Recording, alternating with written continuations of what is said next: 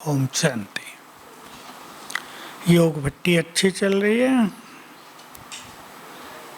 ये भी कर रहा है। अच्छा। बैठने में मजा आता है या थकते हैं? आज योग पर एक चिंतन करेंगे। सभी विचार करेंगे। सबके लिए वो बड़ा यूजफुल टॉपिक है। हमारा योग सहज कैसे हो, कैसे ये राजयोग सहज होता है, किन को ये कठिन पड़ता है। हम जानते हैं सब लोग एंजॉय नहीं कर पाते। कुछ लोग थोड़ा दिन करके बोर हो जाते हैं। मधुबन में तो भट्टी बड़ी रखी गई है पूरे वीक की, बड़ी अच्छी बात है। सबसे लेट शुरू हुई, सबसे फास्ट करने का प्रोग्राम कर दिया। तो कौन सी ऐसी चीजें हैं जो हमारे योग को सरल बनाती हैं और योग के साथ हमें अपने अंदर किन चीजों का विशेष परिवर्तन लाना चाहिए। कई लोग योग तो बहुत अच्छा कर लेते हैं, लेकिन स्वयं के संस्कारों पर ध्यान नहीं होता। देखिए, योग ऐसी चीज है, योग की शक्ति उधर ही काम करेगी जिधर हम उसको भेजेंगे। हम योग अच्छा कर रहे हैं और हमने अपने किसी संस्कार पे अटेंशन दिया कि योग की शक्ति से मुझे इस संस्कार को बदलना है, तो वो उधर काम करेगा। तो हमें ये पता होना चाहिए हमें क्या बदलना है। बहुतों को ये पता नहीं चलता। और क्यों पता नहीं चलता?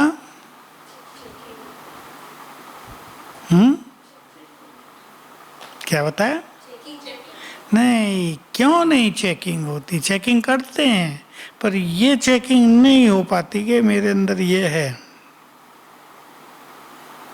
सूक्ष्म गति बताओ। सभी सब जानते हैं उसे।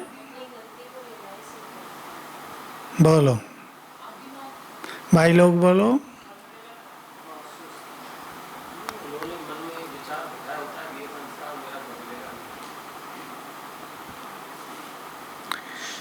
इससे भी पहले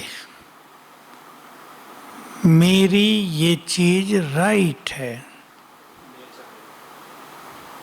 उसको राइट का स्टैंप लगाया हुआ है। कोई किसी को जोर से बोलता है, वो सोचता है राइट हूं मैं, न बोलूंगा तो ये काम नहीं करेंगे, सुधरेंगे ही नहीं, ये मेरी सुनेंगे नहीं, ये मान लिया गया है। तो हमें भी अपने किस संस्कार को बदलना है, अपनी नेचर को स्वीट बनाना है। जिस संसार को बदलना है उस पर हमारा ध्यान हो तो हमारी शक्तियां उधर काम करने लगेंगी। बहुत अच्छे अनुभव रहेंगे इसके। अब सोचेंगे, योग, ये सहज योग कठिन क्यों हो जाता है? सहज है। देखो, भगवान जो कुछ सिखाएगा वो तो अति सहज सिखाएगा, भारी नहीं सिखाएगा। सब चीज जो कठिन था आजकल, उसको सबको सहज कर दिया बाबा ने। पहली बात मैं आपको बता रहा हूं, फिर आप चिंतन करना। मुरलियों से ही है, साकार मुरलियों में आता है, जिसके पाप कर्म बहुत हैं उसका योग नहीं लगता। इस जन्म के जिसके ज्यादा हैं उसको तो याद रहती है, तो बुद्धि स्थिर ही नहीं होती। लेकिन पूर्व जन्मों के भी ज्यादा पाप कर्म हैं, तो योग में बाधा क्यों पड़ती है बताओ? अब कर्म तो 500 साल पहले हो गए थे।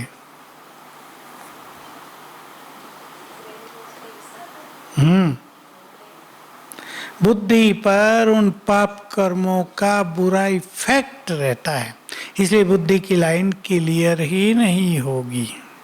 बहुत लोग हाँ भारी होंगे। बहुत लोग ये प्रश्न पूछा करते हैं, जैसे हम योग लगाते हैं भारी हो जाता है सिर, या हम आत्मा के स्वरूप को देख ही नहीं सकते, ये भी कईयों को होता है। उसके कारण एक है ये पाप कर्म। और पाप कर्म से क्या होता है, एक सूक्ष्म गति पर सभी ध्यान दें। पाप पाप को ही आकर्षित करता है, यानी ये पाप बुराइयों को आकर्षित करता है।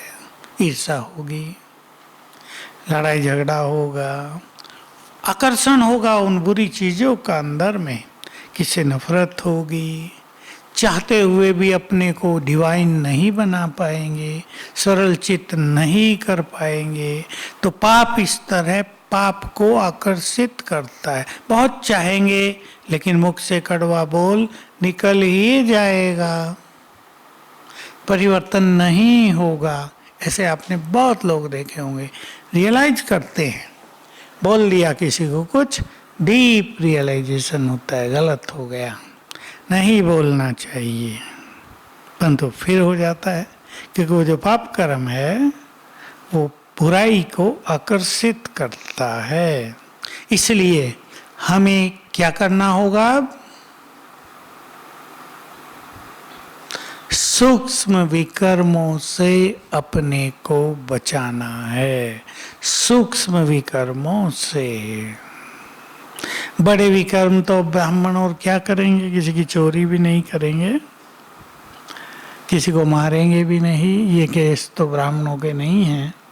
लेकिन सूक्ष्म पाप कौन कौन से हैं वो, उन पे हमें आज ध्यान देना है। बोलो, सूक्ष्म पाप। सबसे सूक्ष्म पाप जो आत्मा को भारी करेगा कौन सा है वो,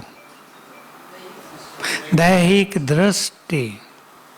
ठीक बताया, किसने बताया, ठीक बताया, दैहिक दृष्टि। बाबा की एक अव्यक्त मूल्य चली है इस पर कि कौन सी चीज आत्मा को उड़ने नहीं देती। तो 5 विकार और 5 तत्वों से बने हुए शरीर का आकर्षण, ये 10 चीज हो गई है। उसको बाबा ने 5 तत्व, ये आत्मा को भारी करेंगे, उड़ने नहीं देंगे। अच्छा, और कौन सा सूक्ष्म विकर्म होता है, हैं? अपमान करना। विकर्मों की एक छोटी सी परिभाषा देख लें हम। वो कर्म, एक तो शिविर में डेफिनेशन दी जाती है विकर्मों की, अब जो ज्ञानी हैं उनके लिए ये परिभाषा है कि वो कर्म जिनसे आत्मा की शक्तियां नष्ट हों, विकर्म है। सूक्ष्म शक्तियां नष्ट होती रहती हैं। अपमान करना, किसी की खुशी छीन लेना, क्रोध करना। देखो, क्रोध ऐसी चीज है, ये अग्नि है, खुद को भी जलाती है, दूसरों को भी जलाती है। किसी का अपमान करना, किसी की स्थिति को डिस्टर्ब कर देना, ये ईर्ष्या द्वेष, ये दुर्भावनाएं, ये सब पाप कर्मों की बीज हैं। इनके आधार से मनुष्य पाप करता है। ईर्ष्या हो रही है, दूसरा आगे बढ़ रहा है साथी, तो उसको रोकने की कोशिश की जाएगी। बहुत लोग करते हैं ऐसा, सभी संगठनों में होता रहता है। जहां भी बड़े संगठन होंगे उसमें देखने में आएगा, कोई आगे बढ़े दूसरा उसे रोके, और मानता क्या है, आगे बढ़ाएं। बाबा ने देखो अपनी बहुत सारी मूल्यों में ये बात बहुत कही है, दूसरों को आगे बढ़ाओ। जो आगे बढ़ाता है वो खुद ही आगे है, अभी भी तो था। जो आगे बढ़ाता है वो खुद ही आगे रहता है, क्योंकि दूसरों की दुआएं बहुत मिल जाती हैं।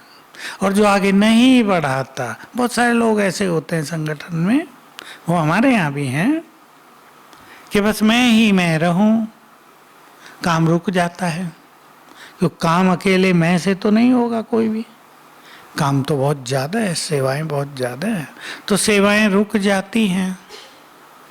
एक व्यक्ति है, उसको बाबा ने बहुत कहा, कई बार कहा, पब्लिक में कहा, अपने जैसा कईयों को बनाओ।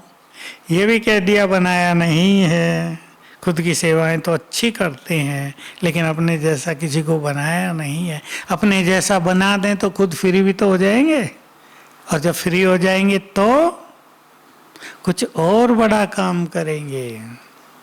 और जो आप समान नहीं बनाते, जो इस डर से कि मेरी सीट न चली जाए, दूसरों को आगे नहीं बढ़ने देते, मेरे को कौन पूछेगा फिर, तो उनका क्या होता है, नहीं, वो वहीं रह जाते हैं, वो वहीं रहेंगे, वो आगे नहीं बढ़ पाते। ये बड़ी सूक्ष्म गति है, इसलिए हम सूक्ष्म विकर्मों से बचेंगे, वहीं नहीं रहेंगे जहां हैं। कोई हमें आगे बढ़ाए ये भी नहीं सोचेंगे। क्या करेंगे, बोलो, हो अनार कन्याएं बैठी हैं, क्या करेंगे, कोई हमें आगे बढ़ाए, कोई नहीं बढ़ाता हमें तो आगे, बोलो बोलो बोलो, अच्छी बात बोल दो।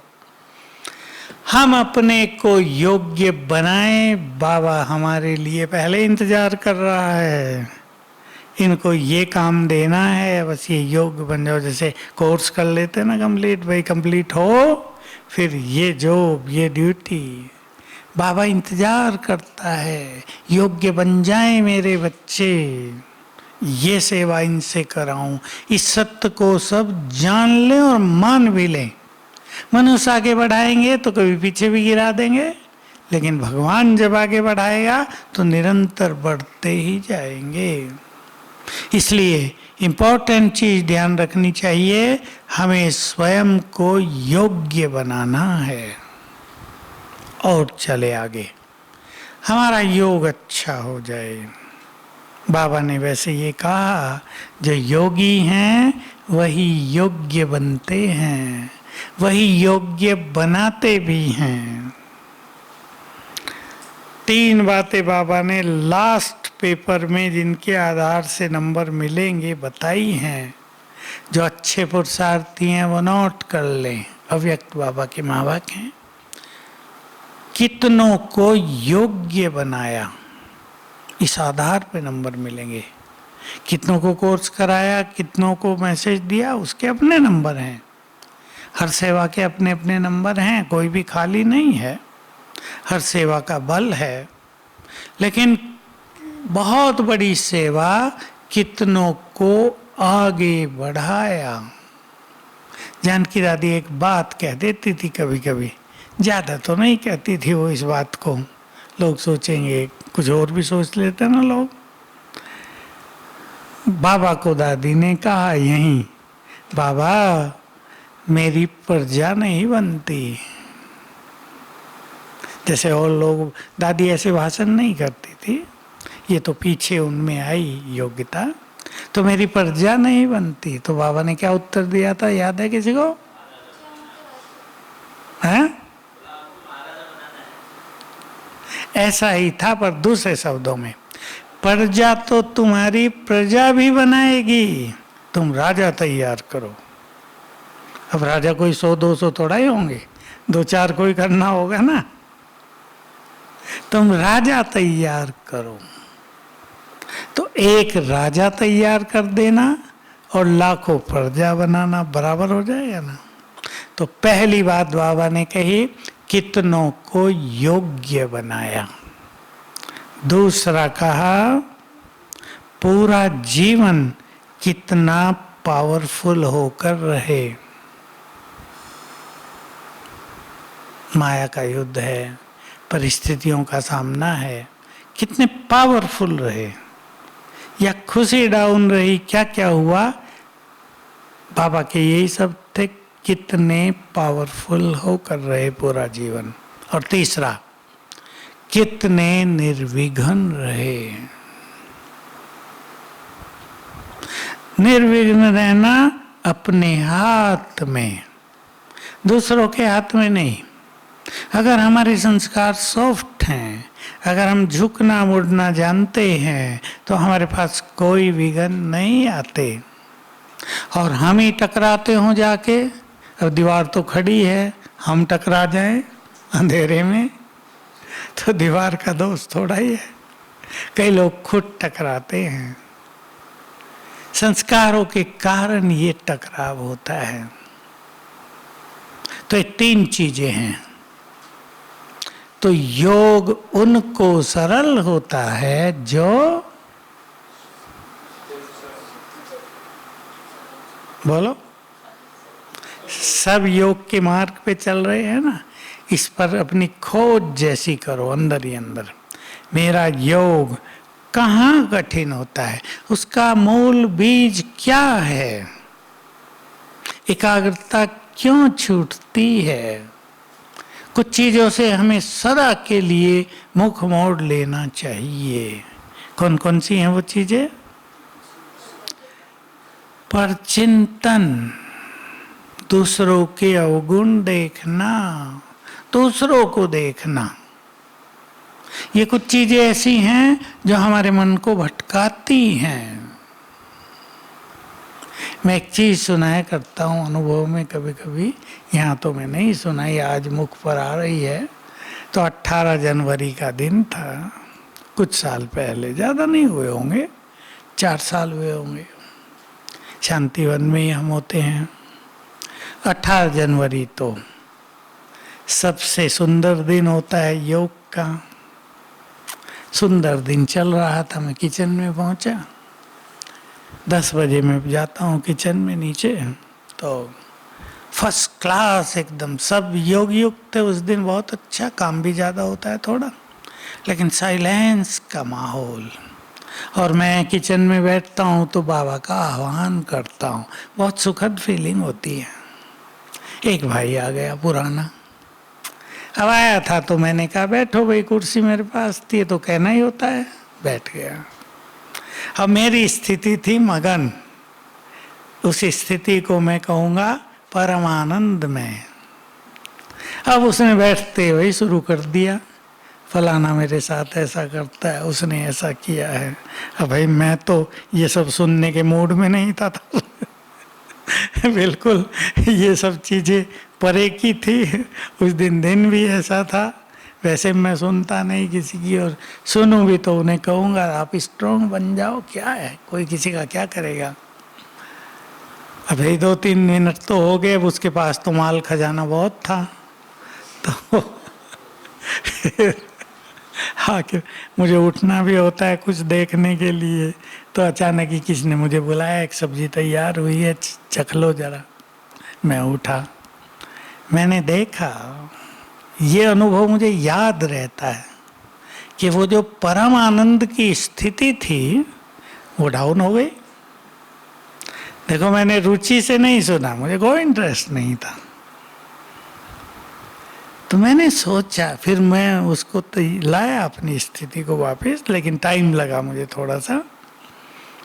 मैं सोचा कि परम आनंद कितनी सूक्ष्म चीज है कि जरा सा व्यर्थ सुन भी लिया बिना इच्छा के, रुचि के बिना, तो भी स्थिति परम आनंद से नीचे आ गई। और जो बहुत सुनते हैं, मजे लेते हैं, कई घंटों सुनते हैं, पूरी कॉन्फ्रेंस लगी रहती है, सब जगह लगती है। बाबा इसको सोनहरी टोली कहते थे, सब जगह टोलियां होती हैं। तो उनका क्या योग लगता होगा है? तो वो जो आनंद है वो अलग है, उसको आनंद न कह के कुछ और कह सकते हैं। तो हमें कुछ चीजों से पूरी तरह बचकर रहना ही है। खुद अपने अंदर देख लें, किन चीजों से बचकर रहने से हमारी स्थिति बहुत सुंदर होती है, हमारी एकाग्रता बहुत अच्छी होती है। एकाग्रता के पीछे एक सूक्ष्म सा नियम है, सबको अनुभव होगा, ये मैं आपको बता रहा हूँ, चेक कर लेना। सवेरे उठकर जब हम अच्छा योग करेंगे तो वो बातें जो व्यर्थ कल हमने सुनी है रुचि पूर्वक, वो अब बाधा डालेंगी। वो याद नहीं थी हमें, लेकिन तब याद आएंगी जब हम बाबा से सब कुछ लेना चाहते हैं, तो बाधक बन जाएंगी हमारी प्राप्तियों में। इसलिए बाबा का जो सुंदर महावाक्य है, hear no evil, see no evil, ये छोटा महावाक्य नहीं है। बाबा ने तो हंसते बहलते बता दिया था, भाई 3 बंदरों का बनाया हुआ। बाबा ने बंदर हटा के नलनी दीदी का बनवा दिया था। वो तब ज्ञान में आई थी, उन सबको बाबा उमंग दिला रहे थे। पूरा परिवार था, बहुत अच्छा परिवार था मुंबई का, क्योंकि उसके फादर ने सेंटर खोल के दिया था, बिल्डिंग ली और सेंटर खोला, वो अब तक भी है। तो ये बात उन दिनों बहुत बड़ी होती थी कि कहीं सेंटर को अपने मकान मिले। दीदी निर्मला का फादर भी बहुत साहूकार, उसने भी दिया था पूरा फ्लैट सेंटर के लिए, जैसे अपनी बच्चियों को दहेज देते हैं ऐसे। तो बड़ी चीज होती थी यज्ञ के लिए। तो बाबा ने नलनी दीदी का बनवाया, लेकिन ये चीज छोटी नहीं है। Hear no evil, see no evil. आजकल तो नेट पे इविल बहुत आता है, अगर उसको देखने में लग गए तो नुकसान ही नुकसान होगा, फिर योगी नहीं बन पाएंगे। मुझे तो कुमारों के कई बार इस तरह के फोन आते हैं, तब पता चलता है। मैं तो देखता नहीं ज़्यादा फोन वोन। कुमार बताते हैं कि हम कितनी अच्छी स्थिति में थे और हमने ये देख लिया तो हमारा क्या हाल हो गया है। अब मैंने कहा भाई नहीं देखो, देख लिया अब तो कईयों को तो मैं कराता हूँ कि बड़ा मोबाइल बंद करो, छोटा लो, बस बात कर सको। कई लोग तो कर लेते हैं, जो स्टूडेंट हैं जिनको पढ़ाई में अच्छा करना है। तो देखिए बाबा हम सभी को hear no evil, see no evil, ये 2 बातें बहुत बड़ी कहते हैं। मामा की बात आपने वो सुनी होगी, मुझे बहुत प्रिय लगी हुई थी। वो मैं बहुत पहले सुनी थी कि मामा को रमेश भाई मुंबई में अपनी कार में घुमाने ले गए थे। तो कहा मामा सामने होर्डिंग देखा कितना अच्छा लगा हुआ। उन्होंने तो इसलिए कहा कि हम भी ऐसा ही बनवाएं, लेकिन मामा ने क्या उत्तर दिया था? मामा नहीं देखती, ऊपर देखती है तो एक को, ऊपर तो एक ही है ना। ये महायोगी आत्माओं के चिन्ह हैं। मामा के महायोग की चर्चा ज्यादा हुई नहीं ना, मामा तो करती नहीं थी क्योंकि बाबा थे आगे। बहुत सम्मान मामा के दिल में था बाबा के लिए, अपने लिए वो कुछ नहीं चर्चा करती थी। लेकिन बाबा तो मुरलियों में सुना देता था, वो भी छोटी बात सुनाता था, बड़ी बात वो भी छुपाता था कि कैसे मगन ही रहता हूं ऊपर। बाबा ब्रह्मा सर्वश्रेष्ठ योगी, महान तपस्वी, लेकिन मामा भी महान योगिनी। उन जैसा भी कोई नहीं हुआ, लेकिन शांत रही, चुप रही। तो देखो ऐसी आत्माओं की धारणाएं इधर उधर नहीं देख रहे हैं, देख भी रहे हैं तो तीसरे नेत्र से देख रहे हैं। ये सब विनाशी है, इस भाव से देख रहे हैं। दिखता तो है ये सब विनाशी है। आजकल तो आप दिल्ली में जाओ कार में तो होर्डिंग बोर्डिंग इतने हैं कि आंख बंद करके बैठो तो काम चलेगा। खुली से तो वो दिखेंगे ही बहुत सारे, जहाँ तहाँ लगे हुए। लेकिन हमारा काम होता है, जो हमारे काम की चीज नहीं है उन्हें क्या देखेंगे। देखेंगे भी तो इस दृष्टि से देखकर विचार करो कि जो कुछ आंखों से दिखता है वो नहीं रहेगा, जो बाबा करते थे। तो ये योगियों की बहुत श्रेष्ठ धारणाएं। योग युक्त आत्माएं अगर अनुमान लगाएं, योग लगेगा? अनुमान भी एक बीमारी है। अनुमान भी खतरनाक है। मनुष्य कहाँ से कहाँ सोचते हुए चला जाता है। आपने नोट किया होगा, कभी कभी हम सोचते सोचते दूर निकल जाते हैं, पता चलता है कहाँ पहुंच गए। लेना न देना, ऐसे ही सोच रहे बिना मतलब ही। अनुमान की आदत, ये भी एक आदत है। और ये कैसे जाएगी? स्वमान से।